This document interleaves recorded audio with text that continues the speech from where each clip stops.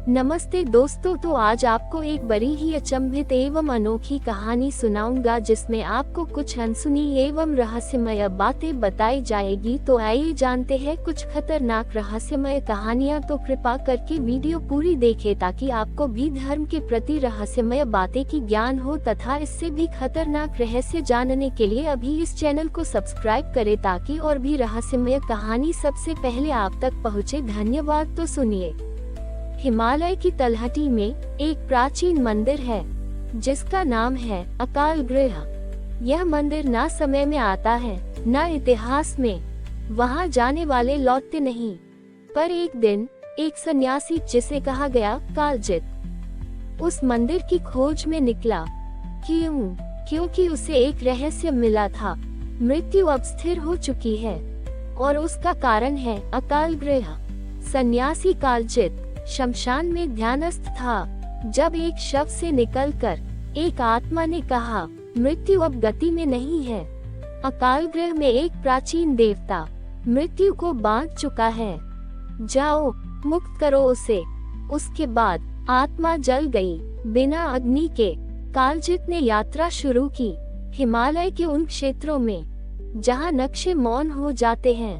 7 पहाड़ियों के पार 3 श्मशानों को पार कर वह एक झील पर पहुंचा जिसका पानी बहता नहीं था। उस झील के तल में एक सीढ़ी दिखी जो नीचे नहीं अंदर जाती थी।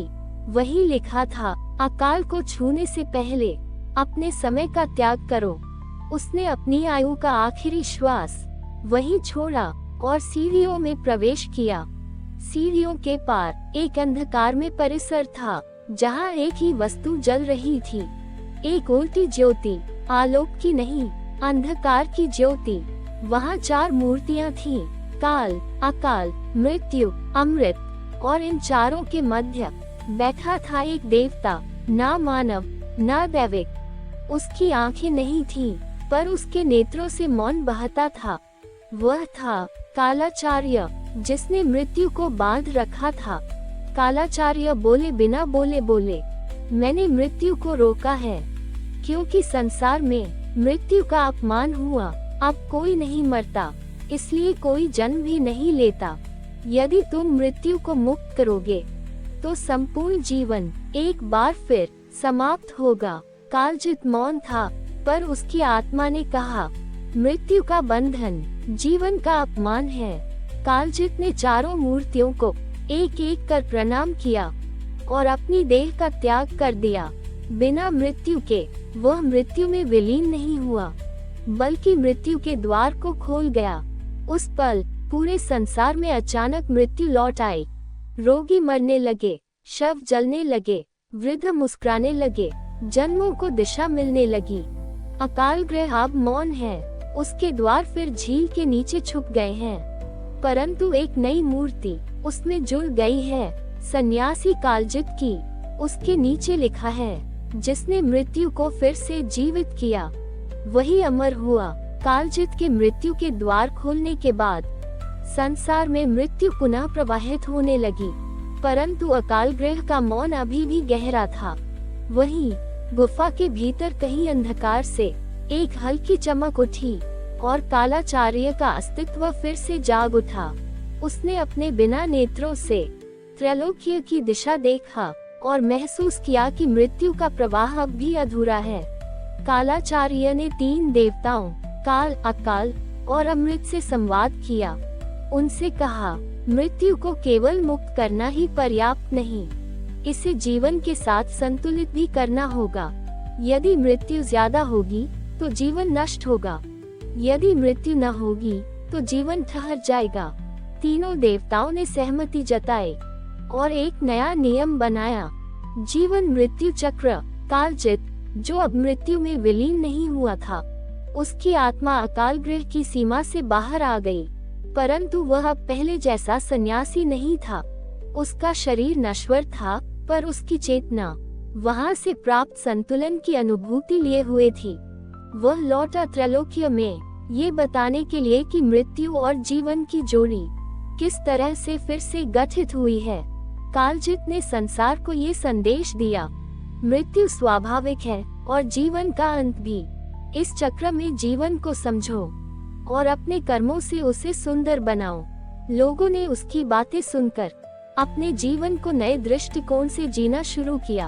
अब न तो मृत्यु का भय था, न ही जीवन का अनर्थ, परंतु कालाचार्य और कालजित जानते थे कि अकाल ग्रह अभी भी सक्रिय है। यह मंदिर समय, मृत्यु और जीवन के बीच एक गुप्त सेतु है। यहाँ आने वाला हर जीव अपनी आखिरी परीक्षा देता है। क्या वह मृत्यु के सत्य को समझ पाया? कालजित ने अपनी शिष्या ध्यानिका को बुलाया और कहा, तुम्हें अकाल ग्रह की गुफा में जाना होगा। वहाँ और भी कई रहस्य छुपे हैं जो मानवता के भविष्य को प्रभावित करेंगे। ध्यानिका ने निश्चय किया, यह उसकी सबसे बड़ी यात्रा होगी और वह अकाल ग्रह की ओर निकल पड़ी, जहाँ मृत्यु के परे का संसार था। ध्यानिका एक युवा तपस्विनी थी, जिसके भीतर जिज्ञासा की अग्नि भड़क रही थी। उसने बचपन से ही मृत्यु और जीवन के चक्र को समझने की कोशिश की थी। जब कालजित ने उसे अकाल ग्रह की गुफा जाने का आदेश दिया, तो उसे अपनी नियति का भान हो गया। उसने पूरे मन से तर्पण किया और अपने भीतर के भय और संदेह को त्याग दिया। ध्यानिका ने उस दिन प्रस्थान किया जब हिमालय की बर्फ पर पहली बार सूर्य की किरणें पड़ रही थीं। उस रास्ते में कई बाधाएं थीं, विचित्र जीव, तूफान और वह रहस्यमय ठंडक जो आत्मा तक को जमाने वाली थी। पर ध्यानिका के मन में एक अटल विश्वास था, सत्य को खोजने के लिए रास्ता कठिन होगा। 3 दिनों की कठिन यात्रा के बाद ध्यानिका उस झील तक पहुंची जहां अकाल ग्रह का प्रवेश था। पानी बिल्कुल शांत था और अजीब तरह की गूंज उसमें फैल रही थी। उसने अपने मन को शुद्ध किया और बिना किसी संदेह की गुफा के अंधेरे में कदम रखा। अंदर अंधकार और शांति का अद्भुत संगम था। ध्यानिका ने उल्टी ज्योति को देखा जो अंधकार की गहराइयों में जल रही थी। उसने अपने अंतर्मन से पूछा, क्या इस अंधकार में जीवन है या केवल मृत्यु? तभी एक स्वर बिना आवाज के उसके मन में गूंजा, यह मृत्यु नहीं, शाश्वतता का द्वार है। अचानक कालाचार्य प्रकट हुआ, परंतु वह स्थिर नहीं था, बल्कि धुंधली परछाई की तरह। उसने ध्यानिका से कहा, तुमने बहादुरी दिखाई, परंतु तुम्हें जानना होगा, मृत्यु का अर्थ केवल अंत नहीं, बल्कि आरंभ भी है। ध्यानिका ने सवाल किया, फिर क्या है उस आरंभ का रहस्य? कालाचार्य ने बताया, जीवन और मृत्यु एक वृत्त है। जैसे दिन के बाद रात आती है, वैसे मृत्यु के बाद पुनर्जन्म होता है। अकाल ग्रह वह स्थान है जहाँ ये चक्र स्थिर हो जाता है। यदि संतुलन बिगड़े तो अनंत काल के लिए स्थिरता आ सकती है। ध्यानिका ने समझा, ये स्थान केवल समाप्ति का नहीं, बल्कि नए आरंभ का भी मंदिर था। कालाचार्य ने कहा, अब तुम्हें चुनना होगा, क्या तुम इस चक्र को तोड़ना चाहोगी और अमरता का पथ चुनोगी, या इस चक्र को स्वीकार कर जीवन के नए चरण को स्वीकार करोगी? ध्यानिका के मन में उठे विचार और भावनाएं जो उसकी पूरी यात्रा का सार थे। ध्यानिका ने शांति से उत्तर दिया, मैं जीवन और मृत्यु दोनों को स्वीकार करती हूँ, क्योंकि बिना मृत्यु के जीवन का मूल्य नहीं। मैं उस ज्ञान को लेकर लौटूंगी जो संतुलन बनाए रखे। कालाचार्य ने मुस्कुराते हुए कहा, तुमने मानवता के लिए सही रास्ता चुना है। ध्यानिका बाहर निकली, जहाँ सूर्य की पहली किरणें अकाल ग्रह के अंधकार को छू रही थीं।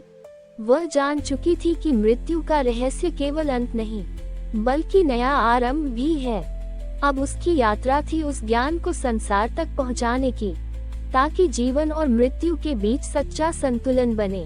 ध्यानिका ने जब अकाल ग्रह से बाहर कदम रखा, तो उसे महसूस हुआ कि उसका शरीर पहले से अधिक हल्का और तेज है।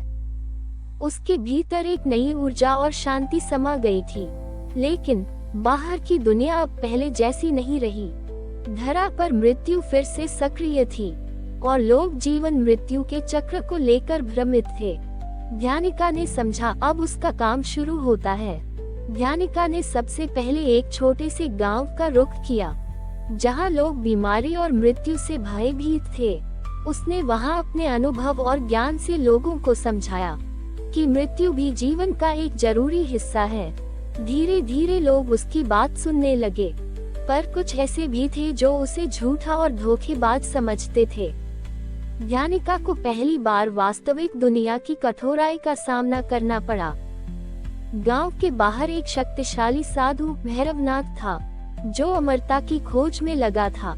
उसने ध्यानिका को चुनौती दी, क्योंकि उसका मानना था कि मृत्यु को हराना ही श्रेष्ठ है। भैरवनाथ ने कहा, तुम जीवन मृत्यु के चक्र को स्वीकार करती हो, पर असली शक्ति है मृत्यु को पार कर जाना। ध्यानिका ने शांतिपूर्वक उत्तर दिया, असली शक्ति है उस चक्र को समझना, न कि उसे तोड़ना। ध्यानिका और भैरवनाथ के बीच गहरा संवाद हुआ, जहां दोनों ने अपने अपने दृष्टिकोण रखे। ध्यानिका ने बताया कि अकाल ग्रह ने उसे जीवन मृत्यु का संतुलन सिखाया और यही मानवता के लिए सही मार्ग है। भैरवनाथ का मन धीरे धीरे खुलने लगा और उसने महसूस किया कि मृत्यु का डर ही जीवन की सबसे बड़ी बाधा है। ध्यानिका की बातों से प्रभावित होकर गांव के कई लोग उसके अनुयायी बनने लगे। उन्होंने जीवन को नई दृष्टि से देखना शुरू किया। ध्यानिका ने अपने ज्ञान को कालधारा नाम दिया, एक ऐसी साधना जो जीवन और मृत्यु को संतुलित करती थी। कालधारा धीरे धीरे आसपास के क्षेत्रों में फैलने लगी। ध्यानिका ने साधना के नियम बनाए, जिसमें आत्मा की शांति और जीवन के महत्व को प्रमुखता दी गई। ये साधना लोगों को भयमुक्त करती और मृत्यु को जीवन का स्वाभाविक अंग मानना सिखाती। ध्यानिका को पता चला कि अकाल गृह की गुफा में कुछ और रहस्य छुपे हैं, जो अभी तक उजागर नहीं हुए। वह वापस जाने का निश्चय करती है कि वह उन रहस्यों को भी समझे और मानवता को सिखाए। ध्यानिका ने गांव के लोगों को अपने जाने की बात बताई। उनके चेहरों पर चिंता और श्रद्धा दोनों झलक रहे थे, पर उसका मन अडिग था। उसका उद्देश्य अब केवल स्वयं का ज्ञान नहीं, बल्कि समस्त मानवता के लिए उस ज्ञान को उजागर करना था। ध्यानिका ने पुनः कठिन रास्ता चुना, जहां हिमालय की बर्फ और ठंडी हवाएं उसका स्वागत कर रही थीं। अकाल गृह के अंधकार में कदम रखते ही ध्यानिका को एक नया मार्ग मिला, जो पहले कभी किसी ने नहीं खोजा था। यह मार्ग बेहद संकरा और गहरा था, जहां दीवारों पर प्राचीन मंत्र और रहस्यमय चित्र उकेरे हुए थे। ध्यानिका ने महसूस किया कि यह मार्ग ज्ञान के सबसे पुराने स्रोतों तक ले जाएगा। उस गुप्त मार्ग के अंत में एक विशाल कक्ष था, जो पुराने ग्रंथों और पांडुलिपियों से भरा था। ये प्राचीन पुस्तकालय था, जहां विभिन्न युगों के ज्ञान और रहस्यों का भंडार था। ध्यानिका ने एक चमकीली किताब देखी, जिसमें जीवन और मृत्यु के चक्र की गूढ़ समझ लिखी थी। पुस्तक में एक ऐसा मंत्र था, जिसे शून्य मंत्र कहा गया था।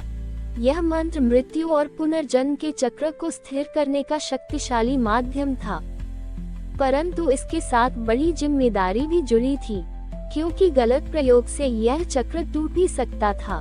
ध्यानिका ने समझा कि यह ज्ञान मानवता के लिए वरदान भी और अभिशाप भी हो सकता है।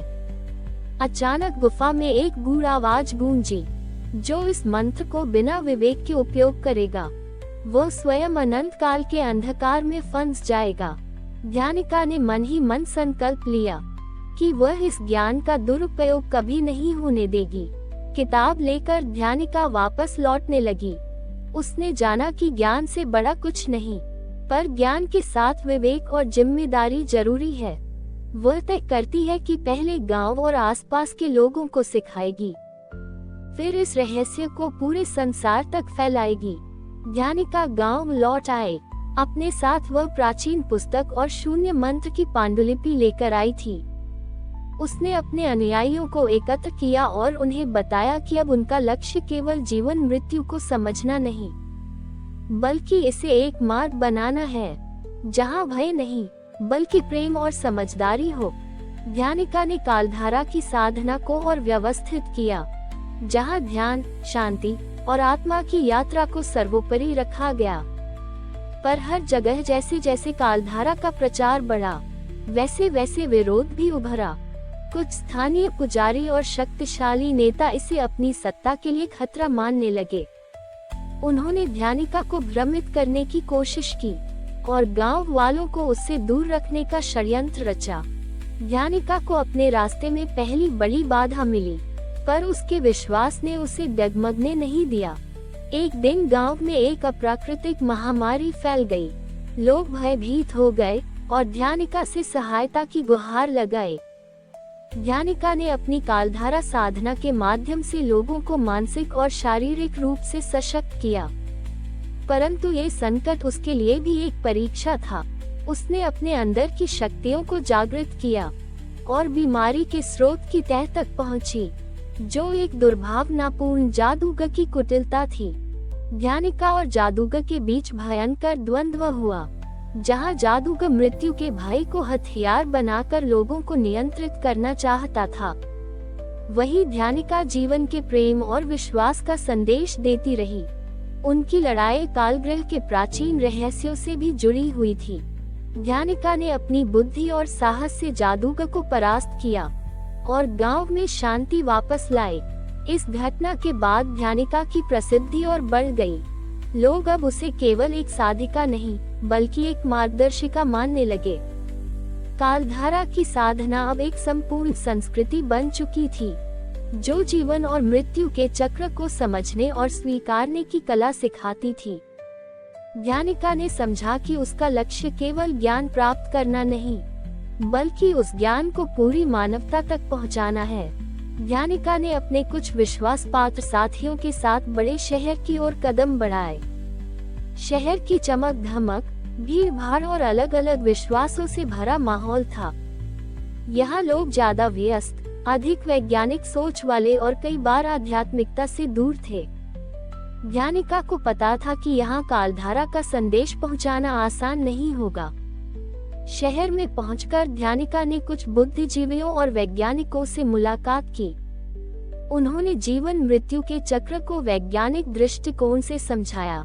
ध्यानिका ने अपने ज्ञान और अनुभव से बताया कि विज्ञान और आध्यात्मिकता दोनों एक दूसरे के पूरक हो सकते हैं। कुछ वैज्ञानिकों ने इसे स्वीकार किया, तो कुछ ने संशय जताया। शहर के कुछ शक्तिशाली समूहों को ध्यानिका की बढ़ती लोकप्रियता पसंद नहीं आई। वे उसकी शिक्षा को खतरा मानने लगे और विरोध करने लगे। ध्यानिका को कई बार धमकियां मिली, पर उसका साहस बढ़ता गया। उसने समझा कि संघर्ष तो हर महान कार्य का हिस्सा है।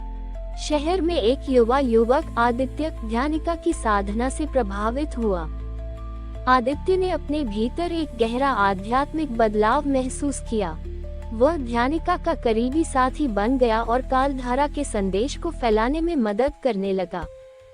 दोनों की जोड़ी समाज में उम्मीद की किरण बन गई। ध्यानिका और आदित्य ने एक बड़े मैदान में सामूहिक साधना का आयोजन किया। सैकड़ों लोग आए, जिन्होंने अपनी मानसिक पीड़ा और भय को छोड़ने का संकल्प लिया। ये साधना पूरे शहर में चर्चा का विषय बन गई और धीरे धीरे कालधारा का प्रभाव शहर की सामाजिक और आध्यात्मिक जीवन में दिखने लगा। ध्यानिका ने महसूस किया कि उसका मार्ग लंबा और चुनौतीपूर्ण है, पर अब वह अकेली नहीं थी। उसके साथ आदित्य जैसे अनेक अनुयायी थे। वह जानती थी कि ज्ञान का प्रकाश धीरे धीरे अंधकार को मिटाएगा और मानवता को जीवन मृत्यु के चक्र की सही समझ दिलाएगा। ध्यानिका का संदेश दूर दूर तक फैल चुका था, पर उसके सामने अंतिम चुनौती थी, अपने भीतर के संदेह और भय को पार करना। एकांत में वह उसी अकाल गृह की गुफा में वापस गई, जहां उसने ज्ञान पाया था। गुफा के गहरे अंधकार में ध्यानिका ने ध्यान लगाकर अपनी आत्मा से संवाद किया। उसने अपने सारे भय, लालच और क्रोध को त्याग दिया और एक नई ऊर्जा और शांति का अनुभव किया, जो शून्यता में भी प्रकाश था। ध्यानिका ने समझा, असली ज्ञान केवल बाहरी नहीं, बल्कि भीतर की शांति और संतुलन में है। कालधारा अब एक विधा से बढ़कर जीवन का मार्ग बन चुकी थी और यह मानवता को सिखाएगी कि मृत्यु कोई अंत नहीं, बल्कि एक नया आरंभ है।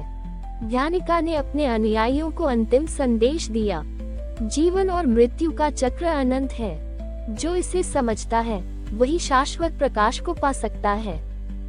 भय को त्यागो, प्रेम और ज्ञान को अपनाओ, तभी असली मुक्ति संभव है। ध्यानिका ने अपनी साधना को युगों युगों तक जीवित रहने वाला एक अमूल्य संस्कार बना दिया। उसका जीवन और संदेश अमर हो गया, और जहाँ कहीं भी कालधारा के बीज बोए गए, वहाँ जीवन और मृत्यु के बीच का संतुलन कायम रहा। ध्यानिका की कहानी ने जीवन और मृत्यु के रहस्यों को गहराई से छुआ और एक नई सोच जगाई कि हर अंत में एक नया आरंभ छुपा होता है। हमारी और भी आध्यात्मिक एवं अनोखी कहानियाँ देखने के लिए हमारे चैनल पर जाएं तथा धार्मिक एवं पौराणिक और भी रोचक भरी कहानियाँ हमारे चैनल पर है। कृपया जाके देखें तथा हमारे चैनल को सब्सक्राइब करके रखें तथा वीडियो अच्छा लगे तो लाइक जरूर करें। धन्यवाद।